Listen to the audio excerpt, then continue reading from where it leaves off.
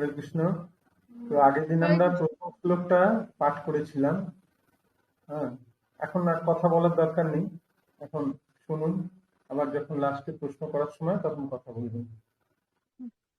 তো প্রথম শ্লোকটা আমরা আগের দিন পড়েছিলাম, সেটা একবার আরেকবার দেখে নিচ্ছি। সেখানে বলা হয়েছিল, শ্রী সুখদেব গোস্বামী বললেন, হে রাজন, আপনার প্রশ্ন যথার্থই মহিমান্বিত, কেননা তা সমস্ত মানুষের পরম হিতকর।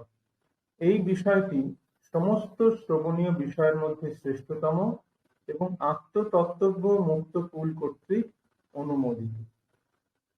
কি প্রশ্ন করেছিলেন সুখদেব গোস্বামী? 6টা প্রশ্ন করেছিলেন। তার মধ্যে একটা ছিল যে মানুষের প্রকৃত কল্যাণ কিসে সাধিত হবে, সেটা আপনি আমাকে বলুন। সেই জন্য সুখদেব গোস্বামী বলছেন যে এই বিষয়টি সমস্ত শ্রবণীয় বিষয়ের মধ্যে শ্রেষ্ঠতম, সব থেকে শ্রেষ্ঠ। কিসে আমার প্রকৃত কল্যাণ সাধিত হবে, বা ওটার আরেকটু ভালোভাবে বলা যায় যে মৃত্যু পথযাত্রী মানুষের কর্তব্য কি, কি করা উচিত তার। তো সেখানে আগের দিন আমরা পাঠ করেছিলাম, এখন তারপরে দ্বিতীয় শ্লোক থেকে আমরা পড়ব। শ্রৌতব্যাদীনি রাজেন্দ্র নৃণাং সন্তি সহস্রশঃ অপশ্যতামাত্মতত্ত্বং গৃহেষু গৃহমেধিনাম। শ্রোতব্যাদীনি, শ্রোতব্য মানে হচ্ছে শ্রবণীয়, শোনা উচিত। আদিনি মানে অন্য সমূহ, বিষয় সমূহ সমূহ। তো শ্রোতব্যাদিনী মানে শ্রবণীয় বিষয় সমূহ। রাজেন্দ্র, এই রাজশ্রেষ্ঠ, নৃণাম মানব সমাজে, সন্তি, সন্তি মানে বর্তমান বা আছে, সহস্রশঃ হাজার হাজার, অপশ্যতাম অন্ধের, অন্ধের, অপশ্যতাম মানে অন্ধ, দেখতে পায় না, আত্মতত্ত্বম আত্মতত্ত্ব জ্ঞান, আত্মতত্ত্ব জ্ঞান, গৃহেষু মানে গৃহেতে, আর গৃহমেধি নাম জড় বিষয়াসক্ত গৃহব্রতীদের। অর্থাৎ শ্রোতব্যাদিনী রাজেন্দ্র, এই রাজেন্দ্র অনেক কিছু শোনার বিষয় আছে। কাদের? নৃণাম, নৃণাম মানে মানুষের, মানব সমাজের অনেক কিছু শোনার আছে। সন্তি মানে আছে, সহস্রশ মানে হাজার হাজার জিনিস আছে তাদের শোনা। অপশ্যতাম আত্মতত্ত্ব, তারা আত্মতত্ত্ব সম্বন্ধে অন্ধ, তারা আত্মতত্ত্ব সম্বন্ধে তাদের কোনো জ্ঞান নেই। অপশ্যতাম আত্মতত্ত্বম গৃহেষু গৃহমেধিনাম, যারা গৃহমেধি তাদের আত্মতত্ত্ব সম্বন্ধে তারা সম্পূর্ণ অন্ধ, এবং তাদের শ্রবণীয় বিষয় অনেক কিছু রয়েছে, কিন্তু তারা ভগবানের কথা শুনতে ইচ্ছুক নয়। তো এখানে অনুবাদে প্রভুপাদ বলছেন, হে রাজশ্রেষ্ঠ, আত্মতত্ত্বজ্ঞান আলোচনায় উদাসীন,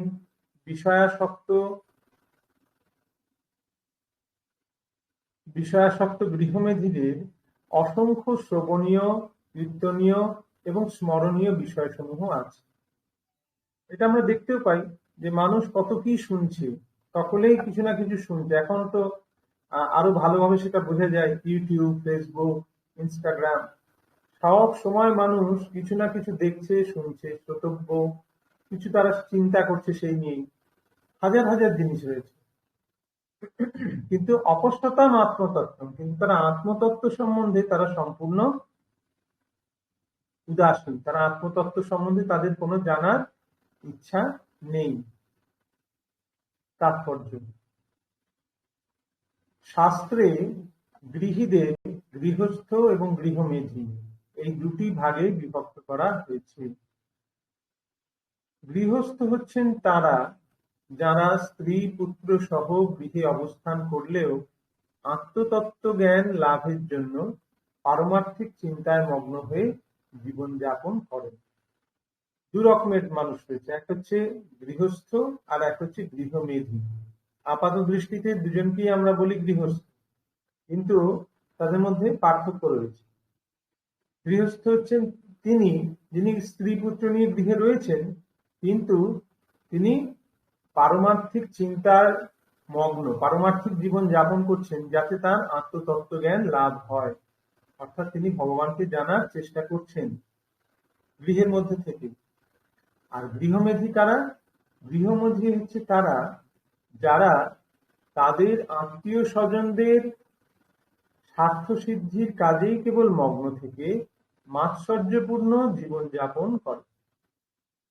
কেবলমাত্র আত্মীয় স্বজনদের স্বার্থ সিদ্ধিতেই তারা মগ্ন থাকে, আর তাদের কোনো কাজ নেই। কি করে আমার ছেলেটার ভালো চাকরি হবে, কি করে আমি আর একটু ভালো থাকবো, আমার মেয়েটার ভালো বিয়ে হবে, আমার নাতি পুতি, হ্যাঁ, আমার আত্মীয় স্বজন ভাই বন্ধু সকলে যাতে খুব ভালো থাকে, তাদের যাতে অর্থনৈতিক তাদের উন্নতি হয়, তাদের যাতে সব দিক থেকে উন্নতি হয়, সেই দিকেই তারা সারা জীবন মগ্ন থাকে এবং মাৎসর্যপূর্ণ জীবন যাপন করে, অপরের প্রতি হিংসা পরায়ণ। মাৎসর্য মানে হচ্ছে হিংসা বা ঈর্ষা। তারা অপরের প্রতি ঈর্ষা পরায়ণ হয়।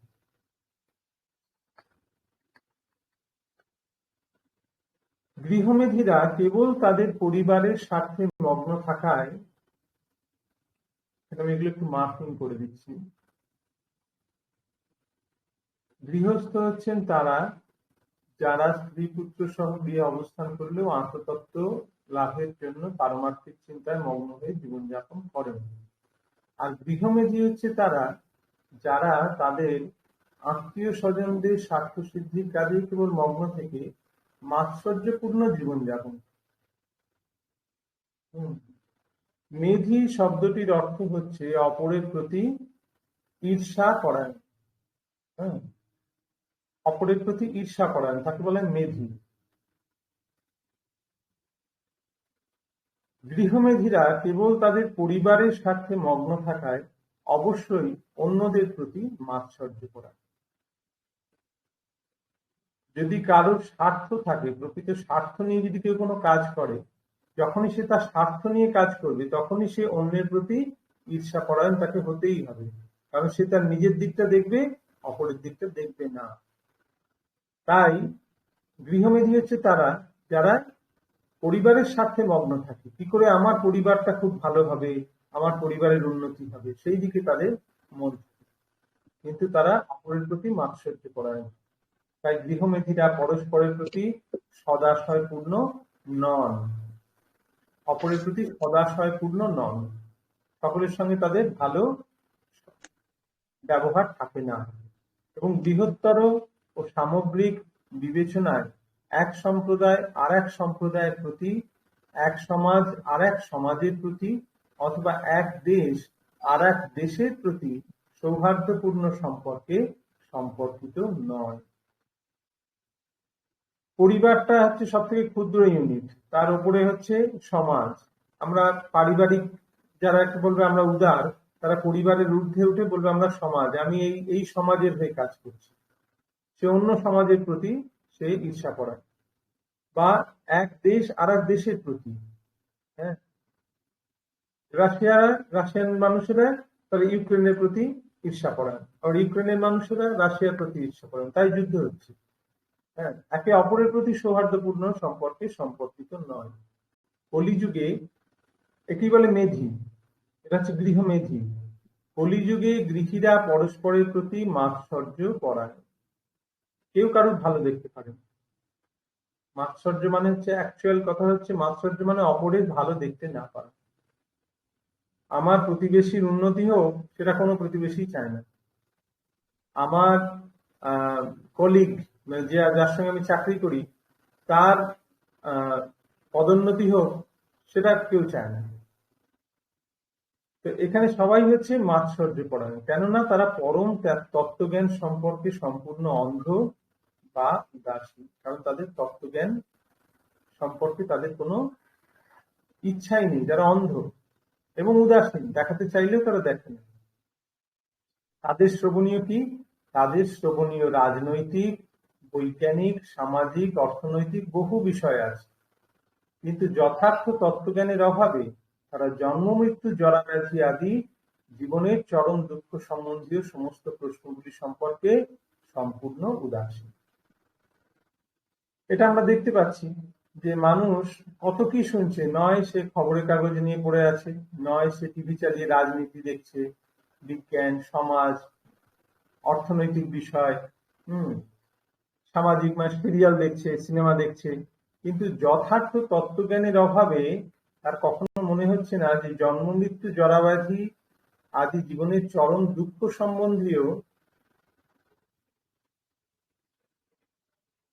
সমস্ত প্রশ্নগুলি সম্পর্কে সম্পূর্ণ উদাসীন। সে কখনো ভাবে না যে আমি কেন কষ্ট পাচ্ছি। অথাৎ ব্রহ্ম জিজ্ঞাসা, একটু বলে অথাৎ ব্রহ্ম জিজ্ঞাসা, কেন সে কষ্ট পাচ্ছে সেটা সে কখনো ভাবে না, চিন্তাও করে না। প্রকৃতপক্ষে জন্ম, মৃত্যু, জরা এবং ব্যাধিজনিত সমস্ত সমস্যার আত্যন্তিক সমাধান করাই মানব জীবনের প্রকৃত উদ্দেশ্য। জীবনের প্রকৃত উদ্দেশ্য কি? জন্ম, মৃত্যু, জরা এবং ব্যাধিজনিত সমস্ত সমস্যার আত্যন্তিক সমাধান। আত্যন্তিক সমাধান মানে যার পরে আর কিছু নেই, মানে ফাইনাল সমাধান, আলটিমেট সমাধান, আলটিমেট সলিউশন। সেটা কি? সেটাই হচ্ছে মানব জীবনের প্রকৃত উদ্দেশ্য। এগুলোর আলটিমেট সলিউশন করা, যে আর জন্ম হবে না, আর মৃত্যু হবে না, আর জরা আসবে না, আর ব্যাধি আসবে না। এটার ফাইনাল সলিউশন এই জড়জগতে করা সম্ভব নয়, কিন্তু সেই সমাধানটা সম্ভব কিভাবে সেইটাই সম্বন্ধে জানাটাই হচ্ছে জীবনের প্রকৃত উদ্দেশ্য। কিন্তু গৃহমেথীরা জড়া প্রকৃতির প্রভাবে মোহাচ্ছন্ন হয়ে আত্মতত্ত্বজ্ঞান লাভের কথা সম্পূর্ণ ভুলে যায়। গৃহমেথীরা জড়া প্রকৃতির প্রভাবে মোহাচ্ছন্ন, আত্মতত্ত্বজ্ঞান সম্পর্কে সম্পূর্ণ ভুলে যায়। তাকে যে আত্মতত্ত্বজ্ঞান লাভ করতে হবে সেটা সম্পূর্ণ ভুলে যায়। জীবনের সমস্ত সমস্যার চরম সমাধান হয় ভগবত ধামে ফিরে যাওয়ার মাধ্যমে, যে কথা শ্রীমদ্ ভগবত গীতায় বলা হয়েছে। হ্যাঁ, ভগবত গীতায় সেই কথা বলা হয়েছে যে যদ্গত্বা ন নিবর্তন্তে, যে আমার ধামে ফিরে যায় তাকে আর এখানে ফিরে আসতে হয় না।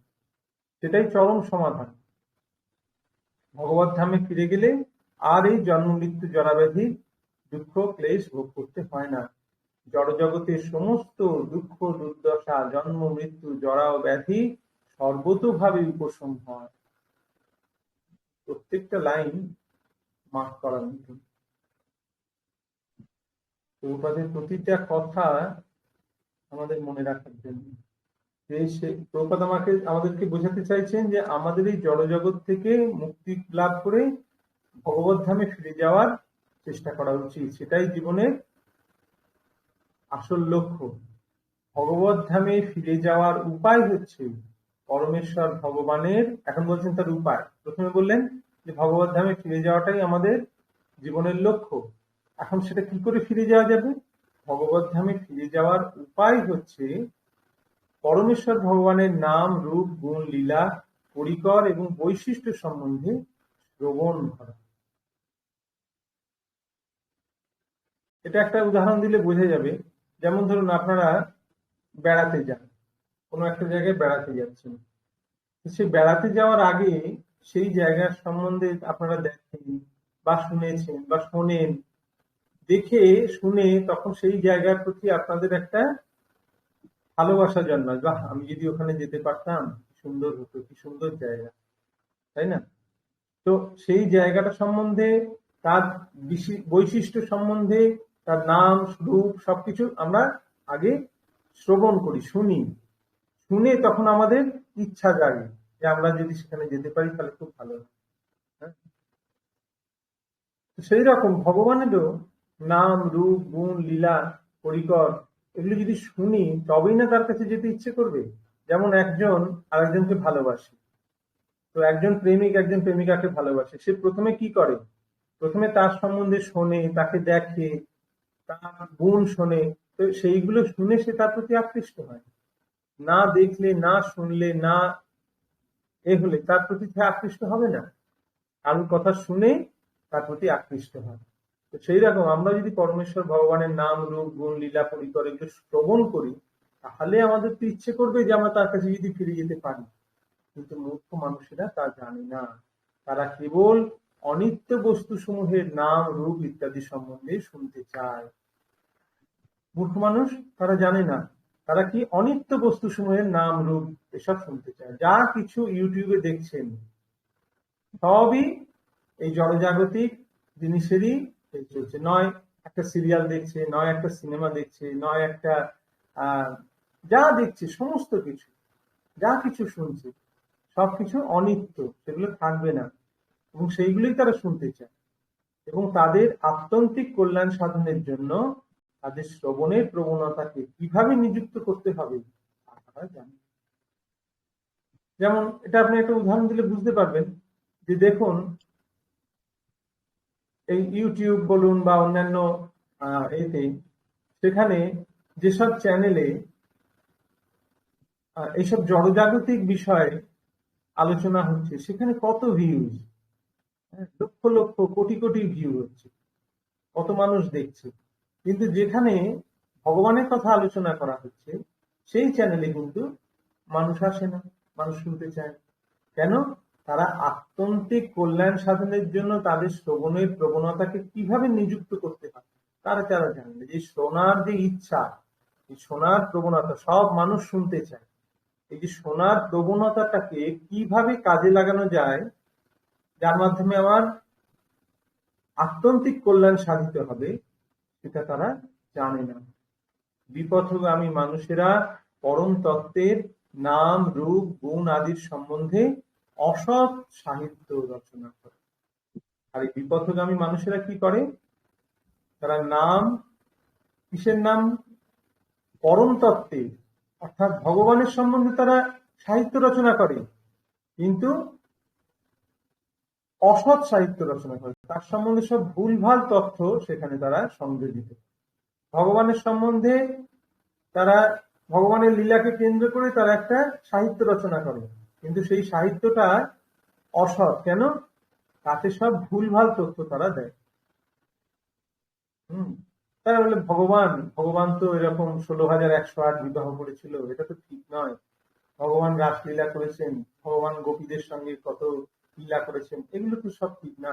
তারা সব তাদের মতন করে সেইগুলোকে সেখানে উপস্থাপন করে, যার ফলে সেই সাহিত্য পাঠ করে মানুষ আরো অসৎ পথে চালিত। তাই অন্যের প্রতি মাৎসর্য পরায়ণ হয়ে গৃহমেধির জীবন যাপন করা উচিত নয়। গৃহমেধির জীবন যাপন করা উচিত নয়। শুধুমাত্র আমি আর আমার ছেলে মেয়ে আর আমার বউ এই নিয়েই আমার সংসার, এটা গৃহমেধির জীবন।